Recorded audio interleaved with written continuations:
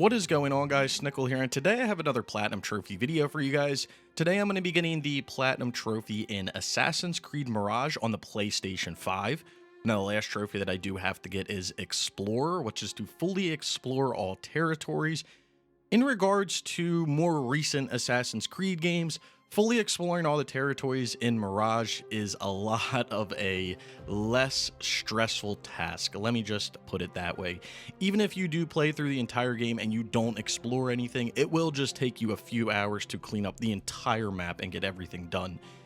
If you guys do go on to enjoy this video, be sure to leave a like. Down in the description below, you'll find a link to a playlist for any trophy guides, so go check that out. If you have played the game, let me know down in the comments below. And if you enjoy trophy content like this, consider subscribing and hitting that bell notification to stay up to date on all of my trophy content. Anyway, with all of that being said, let's get right into this video. I do live stream myself getting all my platinum trophies and various other things over on Twitch, so if you want to follow me, there's a link for that down in the description below. So as for exploring all of the territories, what you need to do for this is when you pause the game and you go to the map, you're going to see a little kind of thing in the bottom right hand corner.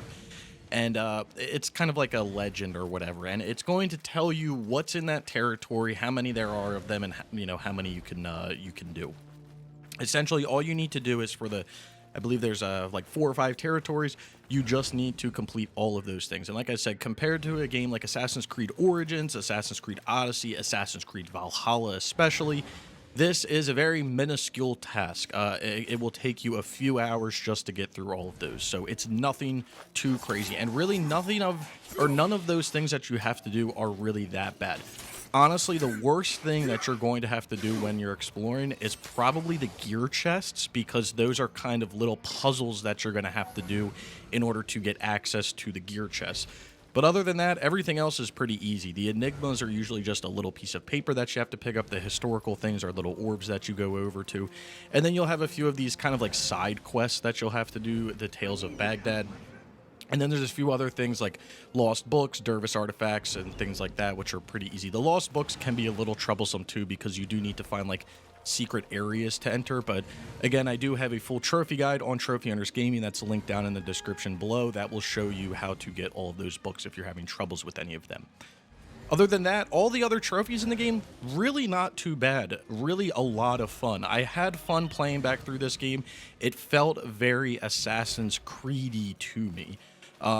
Now, you could definitely tell that it was supposed to be a DLC, and the one thing I'm going to rag on this game for is I am just tired of the same animations. The run animation in this game is the same one from Valhalla, which is the same one from Odyssey, which I'm pretty sure is the same run animation from like AC4 or AC3 multiplayer back in the day. So that's the one thing. I'm pretty critical on like animations in games, especially like a run animation or something, because you're looking at it all the time.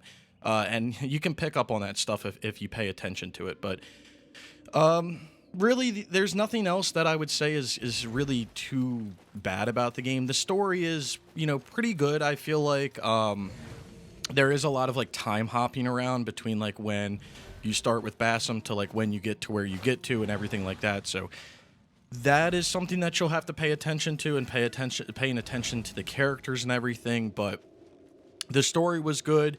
It didn't take that long to get through, and all of the other random trophies and everything throughout the game, you'll probably get them while you're just naturally playing through the game. But again, if you are having any issues with them, you can check Trophy Hunters Gaming down in the description below for full trophy guides and collectible guides for anything that you'll probably maybe be struggling with. But I really, really enjoyed this game. From going from Valhalla, when I first started playing Valhalla, I was like, this isn't bad. And then as I got through, I was like, yeah, this is really not it. But for Mirage, I felt the whole time playing through, I was like, this is fun. This is very Assassin's Creed-y. Again, maybe something that was a little annoying was like how you could get wanted so quickly, and then you'd have to go around and rip down the posters of yourself. But that's going back to like Assassin's Creed 2. So like I kind of can appreciate that. But the guards could be a little aggressive at times, especially when like all you're trying to do is just explore and they're like up your ass. You're like, all right, come on now. All I want to do is find this freaking enigma, man. I don't want to have to be dealing with you all the time. But everything else is very, very simple. And like I said, the story is great.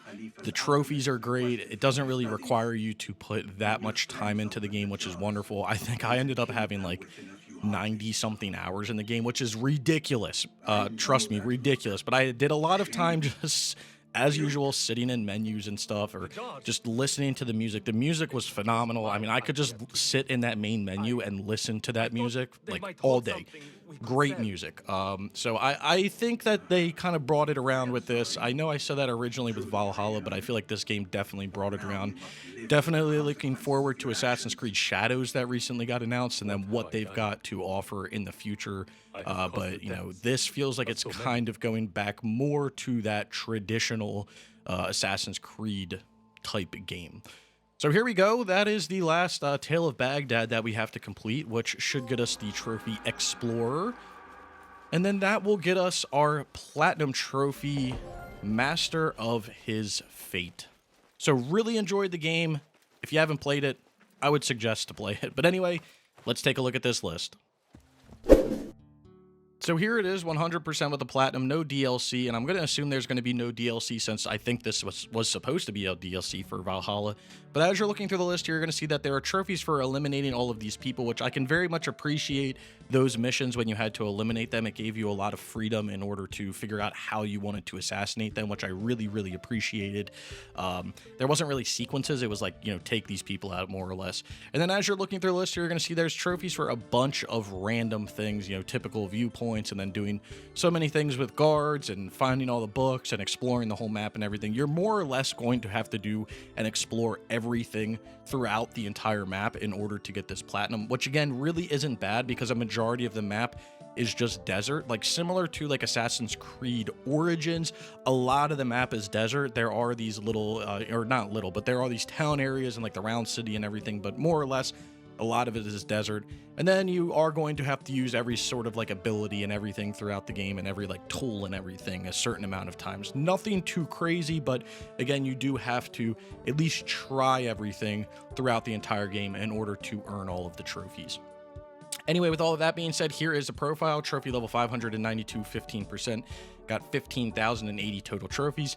Got 10,069 bronze, 3,388 silver, 1,375 gold with 248 platinums.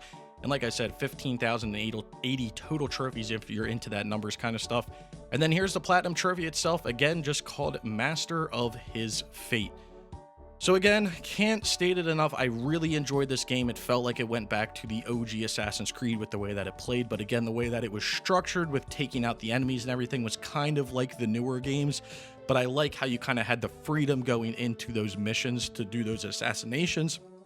You could do them however you wanted to. It kind of gave me like a Hitman vibe where it's like, you know, it zoomed you in. It was like, hey, here's your target. This is what, you know, these are the things that you can do. And it gave hints on how you could do it if you wanted to, or how the game wanted you to do it, but you could do it any way you wanted to.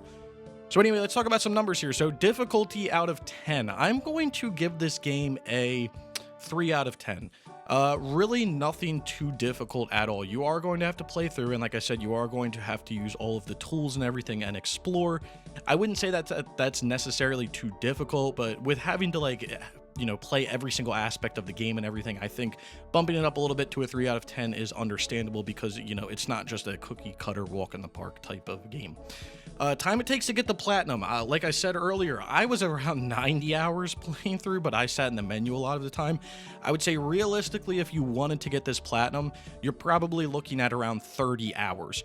I would say 30 to 40. 40 is very, very high, but I would say 30 to 40 is probably a safe time in order to get this Platinum if you're just casually playing through it. Like, let's say you play through the entire story and then you explore after. It might be a little bit more time to do that, but I would suggest to explore as you're playing through. There's no like locked areas or anything. You can start exploring immediately when you get into the game. It might be a little bit of a pain because getting into the round city is pretty difficult, especially later in the game, but it is a possibility. So 3 out of 10, 30 to 40 hours on the high side. If you haven't played the game, I cannot suggest it anymore. It is a phenomenal game. And if you like Assassin's Creed games, especially the original ones, and even the newer ones, you will like this game. Trust me, you will like this game.